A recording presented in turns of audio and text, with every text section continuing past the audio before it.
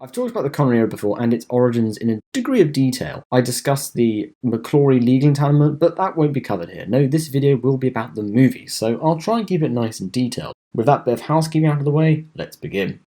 The very first Sean Connery Bond outing, Dr. No, was released on October 5th, 1962. Bond fans have this date seared into their memory, and for good reason. Dr. No was the movie that started out one of the most iconic movie franchises of all time. Dr. No was directed by Terence Young, who had already been directing for some time. Although out of Young's filmography, his Bond films are probably his most memorable. Eventual Bond director Guy Hamilton was one of the names considered for director. Terence Young had previously worked with Albert R. Broccoli, one of the producers, so that may have been one of the reasons why he got the gig. Dr. No had a budget of $1 million, making it the cheapest of the Eon Bond movies, and this is understandable given how it's the first one. Ken Adam was brought on board as a production designer, and despite the limited budget, managed to create some brilliant sets. Even though Dr. No was based on the Fleming novel of the same name, Ian Fleming himself did not write the movie. Dr. No, the movie, was written by Richard Marbain, Joanna Harwood, and Berkeley Mather. Richard Marbain, by the sounds of things, wrote the bulk of the screenplay, but Marbain wrote a screenplay alongside Wolf McConwitz. However, the screenplay massively deviated from the source material and was rejected by Albert R. Broccoli and Harry Saltzman.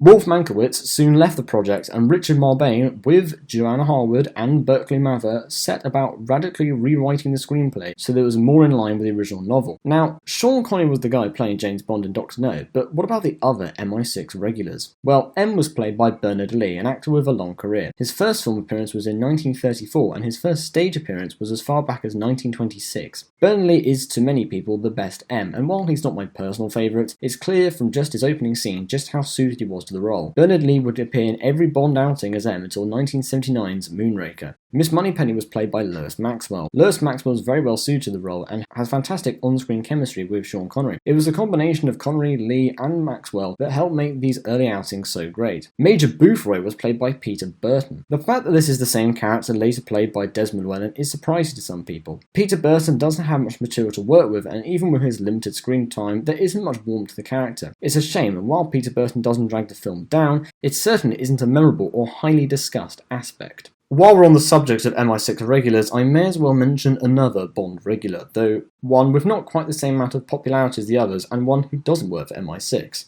So not really an MI6 regular. Of course, I'm referring to Felix Leiter, as played by Jack Lord in Dr. No. Jack Lord is quite good as Felix Leiter. He's quite charismatic, has a decent on-screen rapport with Connery. It's a shame he never returned due to wanting equal billing with Connery and a much higher salary, as he was quite good as Leiter, although he didn't have a ton to work with. The musical score for Dr. No was composed by Monty Norman, and the music has been one of the biggest issues I have with Dr. No. In many places, the music is very jarring, either it's way too loud for the situation or just doesn't suit the style and tone.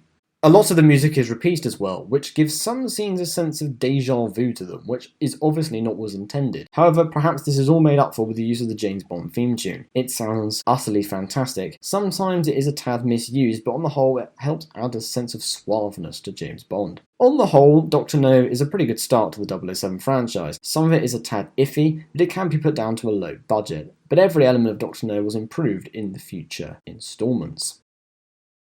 From Russia with Love was released on the 11th of October 1963, with its premiere taking place the day before. Like its predecessor, it was directed by Terence Young, which makes sense as this was released just 1 year later. It was also the first Bond film to include a pre-title sequence, an element which became a staple of the Bond franchise. Desmond Llewellyn makes his first appearance as Q, although he's credited as Major Boothroyd, proof that he's playing the same character Peter Burton played in the last film. From Russia with Love, like any Fallout movie, effectively expands the world and makes things more in-depth and interesting. From Russia with Love is quite dialogue-heavy, which isn't a bad thing here, as the great performances help carry the movie. The musical score is much improved here and feels more in line with what we have come to expect from Bond movies. Connery is fantastic here, as if it needed saying. The cinematography here is also vastly improved on the previous outing, and Terence Young's directing style is much better this time round, with fewer jump cuts. From Russia with Love is an improvement on Dr. No, but it still has a few issues, mainly whole scenes which could have been shortened or cut out altogether. However, the next Bond film would give audiences the final jigsaw piece. All the important Bond-isms are now included from here on out. Goldfinger was released on the 18th of September 1964, with the premiere taking place on the previous day. Goldfinger was directed by Guy Hamilton, who would go on to direct 3 more James Bond films after this one. Goldfinger is considered by many to be the very best James Bond film, and you can totally see why when watching it. Sean Connery is at his best here. His performance was pretty good in his first 2 outings, but here everything is built up to very well one of the best Bond performances in the whole series. Desmond has more to work with here in his second appearance as Q. There is certainly more of a character here, and the Q scenes from here on out become a staple of the Bond franchise. The iconic Aston Martin DB5 makes its first appearance in Goldfinger, and it's hard to picture Bond without the Aston Martin, and that's in part down to the popularity of Goldfinger. Honor Blackman is great as Pussy Galore, probably the first great Bond girl. Blackman has a great screen presence and has a good on-screen chemistry with Connery. Gert Frobe is magnetic as Auric Goldfinger, truly one of the most iconic villains in all of cinema. Frobe was dubbed over, a common practice at the time. Frobe was dubbed by actor Michael Collins, who, now that I think about it, does a pretty good job. But Frobe can still be praised for his body language and facial expressions. It really adds to the performance. The story itself is very good, the pacing is very effective, and while some elements may not have aged well, on the whole, Goldfinger is a hugely enjoyable Bond outing and is deserving of its classic status. Thunderball was released on the 21st of December 1965 in the US and on the 29th of December 1965 in the UK. Terence Young returned to direct. It was the final Bond film he helmed. Thunderball was the first Bond film to run past the 2-hour mark and was a financial hit, grossing $141.2 million. Thunderball was released at the height of Bond mania, so that explains the huge box office takings and why for many, Thunderball is one of the best Bond films. I think Thunderball is pretty great. I've heard some people say it's the weakest Connery outing, and while I can certainly see that, I disagree. The Spectre meeting room was a particular highlight and has gone down in Bond fan circles as one of the best scenes in the franchise. Connery's great, as are the rest of the main cast. Thunderball isn't perfect, the final underwater battle lacks tension, and the use of music is somewhat repetitive, but the positives outweigh the negatives. Adolfo Seeley as Emilio Largo was fantastic. Every scene he was in is fantastic, especially ones where he appeared with Connery. It's a shame that Largo's death is a tad anticlimactic, along with the ending, which I felt was a tad rushed. But on the whole, Thunderball is a fun movie and continue to take the Bond world in interesting directions. You Only Live Twice was released on the 13th of June 1967, with its premiere taking place on the previous day. It was directed by Lewis Gilbert, who was a long-time director with several films to his name, including Alfie from 1966 starring Michael Caine. While the original novel was obviously written by Ian Fleming, the screenplay was written by Roald Dahl. The producers wanted to make On Her Majesty's Secret Service after Thunderball, but due to a mild Swiss winter, they decided to make You Only Live Twice instead. Sean Connery announced during filming that he would leave James Bond behind after this film. This is reflected in his rather underwhelming performance. It's still great, but lacking energy and the charisma that so dominated his performance in the previous outings. The film has a fantastic visual flair to it. Lewis Gilbert made for a great directing choice, as did Freddie Young as director of photography. You Only Live Twice has some brilliant shots, making it the most cinematic Bond film at this point. Ernst Stavro Blofeld finally makes a full appearance in You Only Live Twice, having been only partially seen in From Russia with Love and Thunderball. Jan Verick was initially cast as Blofeld. Broccoli and Saltzman did feel confident about this casting choice, but went along with it. As the filming went along, it became clear to Broccoli, Saltzman and Lewis Gilbert that Verick was just not suited to the role. Jan Verick was quickly replaced by Donald Pleasance. In some shots, you can actually see Jan Verick's hair from behind Blofeld's chair. But what can be said of Donald Pleasance? Well, quite simply, he's utterly brilliant. This isn't even Donald Pleasance's best performance in his long career, and yet it's for so many people the first role they think of when they think of Donald Pleasance. In his limited screen time, Donald Pleasance is still the star of the show, especially considering Connery's somewhat lackluster performance. Pleasance had little time to construct this character and still did a wonderful job. It's a shame that this is all we get from Pleasance as Blofeld, as having him in just one more outing would have been superb. You Only Live Twice isn't perfect. The whole Bond becoming Japanese along with a fake wedding is ridiculous and grinds the film to a halt.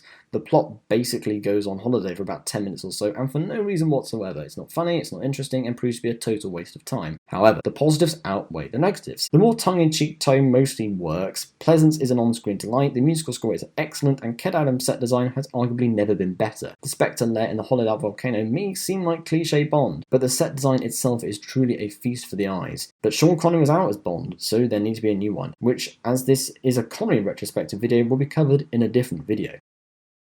After George Lazenby declined a multi-film contract after On Her Majesty's Secret Service, Sean Connery was eventually persuaded back for one final Eon Bond outing, Diamonds Are Forever. Diamonds Are Forever was released on 30th of December 1971 in the UK, the 17th of December in the US, and the 14th of December in West Germany. Goldfinger director Guy Hamilton returned to direct once again. Previous Bond director Peter Hunt was offered the directing gig, but due to a clash with other projects, he became unavailable. The story was initially supposed to be about Bond on a revenge-driven mission after the murder of Tracy in the previous film. Along with Blofeld, who did eventually return anyway, Irma Bunt was one of the characters due to return. The script was penned by Richard Mulbane, but the script was rejected and a heavy rewrite took place, resulting in a very different film that was made. The rejection may be down to the decidedly mixed response to On Her Majesty's Secret Service. The film does feel, tonally speaking, very different from it, and this may be one of the reasons why. The script was written by Mulbane and Tom Mankiewicz. I may be mispronouncing that. The film introduces the camp tone that audiences will become increasingly familiar with as time went on, particularly during the Roger Moore films. The pre-title sequence is pretty good. It's the only part of the film that feels like it's linked with what happened in Majesties. The rest of the film really does its own thing. Connery's great in Diamonds Are Forever. His performance is much better than he owned twice. I haven't really got any criticisms of Connery's performance. It's pretty great to have him back. Charles Gray plays as Blofeld. I don't know why Telly Savalas didn't return, but from this film the producers were clearly trying to move into a different direction. So in comes Charles Gray. By far the most charming and polite of all the Blofelds, Gray is an utter delight on screen. He's not especially intimidating or physically threatening, but he's just such a hoot to watch. The climax is a tad underwhelming and actually quite small scale. This can be said of quite a lot of the film. It just feels quite cheap, and this may be down to the fact that Connery is brought back on board really ate into the budget. But Guy Hamilton really does a fantastic job as director, though his best Bond outing is definitely Goldfinger. Norman Burton is probably the best, or at least most memorable Felix Leiter since Jack Lord, way back in Doctor No. Burton brings a lot of energy to the part, and I think his version of the character is a tad underrated. You don't get much of a sense of Leiter and Bond being friends, but that aside, Felix Leiter's pretty great in this one. Jill St. John as Tiffany Case makes for a fairly good Bond girl, aside from the final act where she's written to be quite incompetent. This change in character was almost certainly for comedic purposes. Diamonds is a fun movie. You may just have to turn your brain off, but quite a lot of the jokes work pretty well. Mr. Wint and Mr. Kidd are both fantastic henchmen. There isn't much to be said of them, other than that they make this film so much fun to watch. The so-called final clash between Bond and Blofeld is a bit shit. Bond hijacks Blofeld's escape sub and bashes it around a bit, and that's the last we see of Blofeld, and it's a shame. Even if you ignore Majesties, it's still fairly underwhelming. We do see Blofeld in the pre-titles of For Your Eyes Only, and while it's very obvious that it's meant to be him, this is the last official appearance in this timeline. Diamonds Are Forever is a fun movie. It's corny, it's camp, and it's really a great way to spend a couple of hours. But as a follow-up to On Her Majesty's Secret Service, it's rubbish. But as a standalone movie, it's still the weakest Connery Eon outing, but it's